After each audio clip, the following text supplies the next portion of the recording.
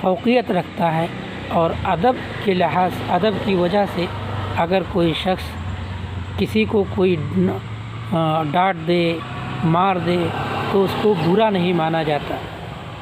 تو یہاں تک ہماری بات ختم ہوئی۔ ہم نے آج 2 چیزوں کو ڈسکس کیا، نمبر 1 تفریحات کو، اور نمبر 2 اخلاق و آداب کو، اخلاقی اقدار کو جو یہ داستانیں پیش کرتی ہے۔ اس کے بعد میں اگلی کلاس میں انشاءاللہ کوشش کروں گا کہ میں آپ کو بتاؤں کہ اعتقادات جو ہماری ذہنی رویے ہیں، یا جو ہمارے اعتقادات ہیں، توہمات ہیں، وہ تمام چیزیں داستانیں کس طریقے سے اپنے اندر سموئی ہوئی ہیں، کس طریقے سے عہد وسطیٰ میں پائے جانے والی توہمات اپنے اندر سمو کر کے رکھی ہوئی ہیں اور ہمارے سامنے انہوں نے پیش کیا۔ توہمات بہت ساری ایسی ہیں جن کو آج بھی ہم دیکھتے اور محسوس کرتے ہیں۔ مثال کے طور پر کوئی کام کرنے سے پہلے کسی کو چھینک آ جائے تو اس کو اپشگن مانا جاتا ہے۔ گھر کے مڈیل پر اگر کوئی کوا بیٹھ جائے تو کہتے ہیں آج کوئی مہمان آنے والا ہے۔ اگر کوئی کالی بلی راستہ کاٹ دے تو ایسی صورت میں یہ کہا جاتا ہے، اپشگن مان لیا جاتا ہے، اور اپنے کام کو جو کام کرنے کے لیے جاتے ہیں اس سے پیچھے ہٹ جاتے ہیں۔ یہ تمام چیزیں جو ہیں یہ ہماری تہذیب کا حصہ ہیں، اور بہت ساری چیزیں ایسی ہیں جو کچھ لوگوں کے غلط تجربات کی وجہ سے ہمارے یہاں رائج ہو گئی ہیں۔ مثال کے طور پر یہ کہا جاتا ہے کہ رات کے وقت جھاڑو نہیں لگایا جائے، رات کے وقت جھاڑو لگانے سے منع کیا جاتا ہے۔ تو رات کے وقت جھاڑو لگانے کے بعد کیوں منع کرتے ہیں؟ کہا یہ جاتا ہے کہ مان لیجئے کہ رات میں کوئی چیز آپ سے گر گئی اور وہ